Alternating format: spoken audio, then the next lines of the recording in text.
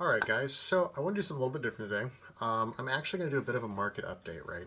So I don't normally do these videos because I normally just track it myself when I am doing like all my data logging and my tracking and things like that. But specifically for Pokemon booster boxes, right? So what I do with those is I kind of go in and I check the prices generally off of the TCG low based off of verified sellers, who has more than one box, what's like the average 3 to 4 boxes that are listed on the low, that basically that kind of thing, right? If there's like two sellers that have 0 ratings that are just totally unknown and they're $5 cheaper than everyone else, it's kind of weird. And then if everyone else is like $5 higher, then obviously I don't use theirs and I kind of use the more appropriate one with like verified sellers because they're less likely to scam you. Because, newsflash, people are dirtbags and they do scam you. Man, I gotta get a haircut again. Oh, sorry, I'm tired. So I wanted to kind of go over a bit of an update, right? So I have so far to date for Scarlet and Violet purchased 228 booster boxes. That is a grand total of $107.08 per box as my cost average. Now, granted, if I had been buying these at distribution at cost, I would have saved about $15 a box. So, my rough savings that I've lost out on, keep in mind here, I'm not selling these for quite a while. I have lost out because I was not consistent, which is important here. I have lost out on over $3,000 now. $3,295, I believe. I'm a little tired, so my math might be off. $3,295 is enough to purchase another 5 cases at cost and have a little bit of money left over, which means I could have had all of my Scarlet and Violet era stuff for about what I have now, plus a few extra cases. So, my cost basis at $107.08 equates to a total cost value of $24,415.04. Well, 40 cents. This number is honestly really good. I have gotten this number much lower than it was because, again, I've been optimizing on these TCG player sales. I'm getting back 15-17%. I don't count my credit card returns on these normally because, I just don't. It's a separate little thing that I do because I write down my credit card interest, well, whatever, not different shenanigans. The market value, which is what is important here, right? The market value average is $147.12. Now, this is accurate as of the 18th, so several days ago. It is very possible some prices and boxes have gone up or down a couple of dollars. So again, don't use this as an absolute religion here. There's no hard set value for these. It kind of is what it is, right? And if there is an interest for this, guys, I can actually share my spreadsheet on the videos and stuff in the future. So comment down below if you're still listening for the half of you that do. I can actually put that into the videos and put it up in here while I'm talking, like on the screen, like right here or something. So if that's something you guys would like to see, let me know. I don't really mind sharing that value. There's no personal information there. It's just, what I've paid for the boxes and how many I have and that kind of thing. The average market value at $147.12 per box puts my Pokemon holdings currently for Scarlet and Violet at around $34,300, $365. Now, why is that important? I have been purchasing Scarlet and Violet boxes now for 2 years, 2023 and 2024. Some of these boxes I purchased in end of 2023 and early 2024 when they were in the low 90s, on low to mid 90s in the last TCG player sale, and I made an absolute killing on some of these boxes and I picked them up. What I would have done differently now is if I'd been purchasing the 5 cases of each, I would have bought a bunch that were lower and in those low 90s and 80s and then just simply increased my holdings. What I had to do instead was play catch up. I'm done playing catch up finally, almost. I have 3 cases I have to pick up, but the rest of it now is at a nice stable, even point, and I will slowly, steadily build this up, probably towards 10 cases of each. That would be the most comfortable number, I think, is my goal. My original goal was 5 of each, and I'm very close now, and that's kind of where we're at. But moving back to the 34 grand worth of product now, in 2 years, I have made 45% on this. Now, keep in mind, this is dead inventory, insert air quotes for me because I'm not liquidating it, which means I write this off against my profits and my costs, and there's some other things that I go into there, and I use it as like a floating inventory cost, right? So this is something that I add to my books at the end of the year, and I generate a overhead cost basically from it. So this is just kind of casually gaining profit, similar to a stock. It isn't a stock exactly, obviously, but it's similar to a stock, right? Like I really only create a taxable event once I sell this. The difference is because I can use this as inventory, I use it as a tax write-down when I'm purchasing it in the meantime. Now, why this is important. I have made 50% roughly, call probably 47%, 45%, maybe 44, 45%, somewhere there. Call it 45%. This was part of my idea to scale Pokemon, right? Like my goal was to take this whole block, hold it for all of the next block, and the next block I wanted to be getting 25 cases of every single set. That way I had 3 full years for this block to age. And now, why that's important. Ideally, in a perfect world, because I do need to adjust my numbers slightly, I will push upwards of 12 cases per set from this era. And you're like, well, Richard, that's an oddly specific number. Why 12? Well, there's going to be 12 sets of the next block after that that I need to purchase. And if I steadily liquidate Scarlet and Violet to purchase whatever the block 2 sets forward are, that means I can liquidate even less of the block before, and we can kind of start seeing this cycle of growth, right? Because the ultimate goal is to go from 5x to 5x to 5x. At 125 cases, it's 750 boxes, or no, 725? 250, yeah, 750. So 750 boxes of Pokemon is the goal, and that would be my consistent order volume that I would like to maintain every single time. So I'm going to scale up this business line up to this point, and at that point it will stabilize and flatline, and we'll kind of have like that consistent rolling capital. That will enable me to hold more product for longer, release in more waves, and be more consistent. I can purchase other products, other SKUs, and this is why it's so important to be consistent, right?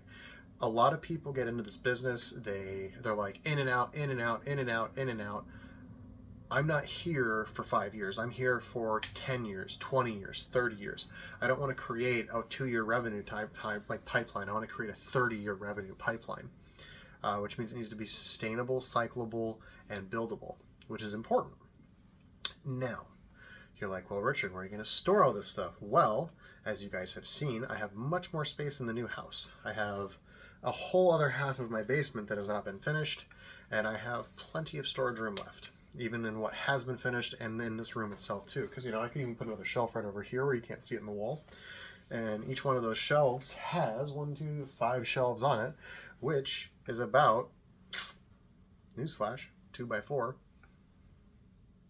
8 square feet times 5, do some math here, 40 square feet of shelving space. So we're doing the vertical build out with this stuff. Now, these boxes in this era, this is an interesting thing here to take note of. This era has aged already incredibly well. We are on par / probably going to do as good / better than Sword and Shield, in my opinion. Sword and Shield did a really good job of bringing back a lot of people. However, Scarlet and Violet has aged phenomenally well. Honestly, better than a lot of these Sword and Shield boxes even did initially. It took longer for Sword and Shield to recover on these prices than the Scarlet and Violet era is doing.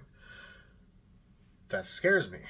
That's very scary, because even sitting on these boxes and waiting for those MSRP points to hit at about 160 to 170 a box, which we're not far from right now across 8 sets. We have 8 sets of this block out of 12, which means 4 more sets are going to come out, and we haven't even hit like the quote unquote like ultra hype set yet. It's like Surging Sparks was like, it was spicy. But here comes Team Rocket. I think there's another set after that that people are like going crazy for. There's a whole bunch of rumors flying around on like certain types of Pokemon that are supposed to be coming back. There was like dark Pokemon were supposed to come back, and then they didn't come back, blah, blah, blah, blah.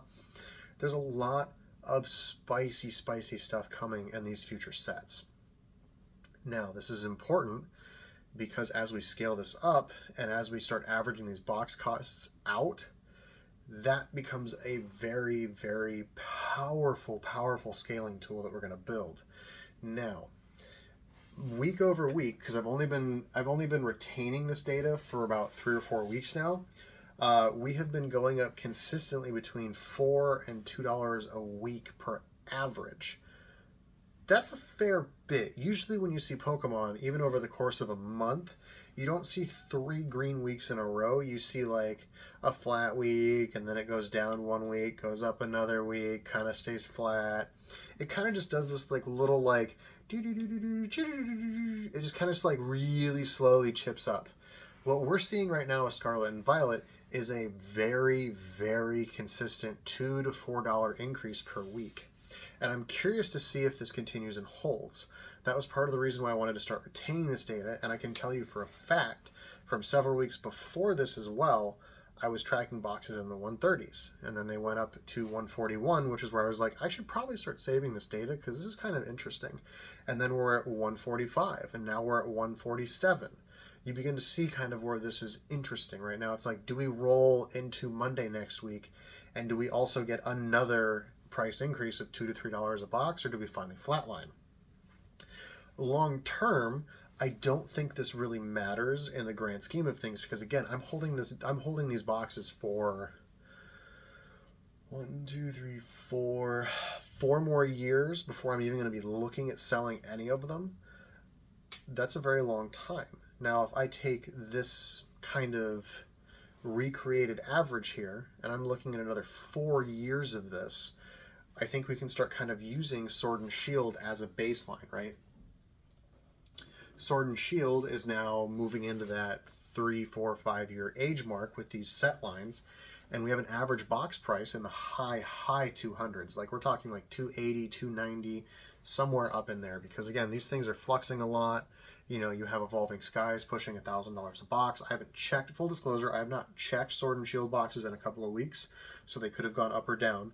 But we're in the 280 is what I currently have it at, and that was like 3-4 weeks ago. And some of this stuff could have gone down, some of it could have gone up. But again, 280 is a lot of money per box. And if I have 12 of these sets, and I am looking at this point to do a huge scale up, right? And I'm gonna use a calculator here because I'm good at math, but I'm tired. I'm not that good at math. But you know, if we do 12 cases, which is if I can get there in the next year and pick up a few cheap ones here and there from sales and kind of just keep, you know, building up a little bit at a time, and even front load the next few sets with 12 cases, you know, we're looking at 12 times 6 times 280 a box. That's $20,000 that I get to put towards my purchase goals of 125 cases. Now, is that a huge dent in the overall cost of what 125 cases is going to be? Let's see. It actually is. I'm estimating. I hit the thingy. I'm estimating boxes will probably be in the mid to high 90s within the next 3 to 4 years, because I'm sure Pokemon will do another price increase and blah blah blah blah. But even at 70 grand, if I do manage to do that, even being able to take 20, and if I even am able to go 20 grand and pop that into, goodness,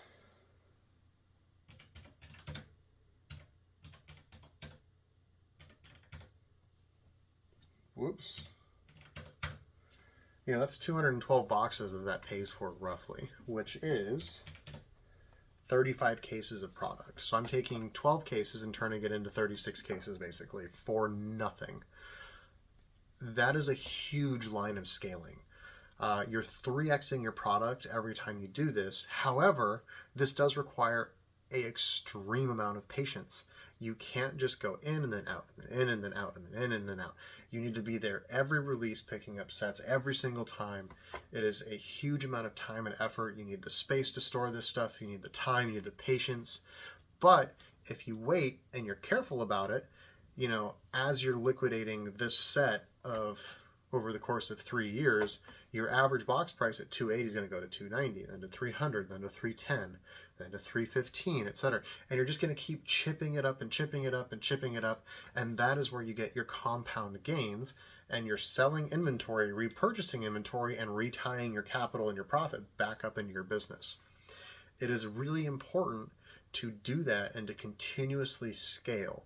Once you start pulling money out, that's where you kind of have to start being able to stabilize and have a consistent model where you're like, okay, I have 10,000 out, I have 10,000 in, I make $0 or I lose $0, my business stays flat. If you pull out 5,000, you only made 2,000, you start depreciating your business asset pool, and you need to be careful. And again, not financial advice. I am not a certified CPA, technical analyst, money maker, market dude. I'm just a dude in a basement with a crap ton of Pokemon cards and Yu-Gi-Oh! And Magics and Boba. Anyway, that's Weiss. If you don't know, Weiss. Anyway, but this is a very powerful tool if utilized properly. But I can't express this enough. You need an absolute boatload of patience. And if you're jumping in and jumping out and jumping in and jumping out and jumping in, you're going to get wrecked. So just don't even do it. Like, don't try and like wheel and deal on this stuff. Go for it. Set your price point. Pick it up. Don't dodge. Don't move. Just wait. Throw it in the closet. Forget it exists for 7 years. And then just come back and enjoy. And that is how you start making some serious gains. Stonks. Anyway, but thank you guys for the support. We're actually so close to 4,000 watch hours in the past year, which is like a huge monetization mark in the channel. So thank you guys for the support and awesome love. It's been amazing. I am looking forward to next year. I have a very spicy video I'm going to upload next week to close out the year, as well as some fun box breaks and stuff like that. I need to meet with Saint still so we can plan the giveaway for 1,000 subs. I have not forgotten that. I've just been absolutely bananas busy. I've been basically 4 a.m. to about 9 to 10 p.m. for the past, like, I don't even know, like weeks. Slightly delirious, but we're getting there. And we've had some pretty awesome stuff happen this year. We hit the channel goal, the 1,000 subscriber milestone. That was huge. We 4x this year on the card business side, which was again huge. We did amazing on all our other endeavors, and a lot of this stuff is just by being consistent, being in the right place at the right time.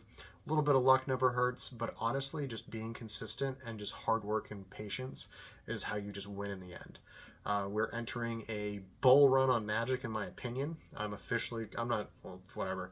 I think it's a bull run of Magic. You have boxes that are 10 years old going up 50% in a week. Like Rivals of Ixalan was $110 a box all day for years. It's now $150 a box. There are boxes like Avassian Restored that were $210. They are now $350, $400 plus a box. You have boxes like Mirrodin that were $300, $400, $500, $400, $300, $300, $400. They just bounced in this range for 10 years, $1,000 overnight. Hello?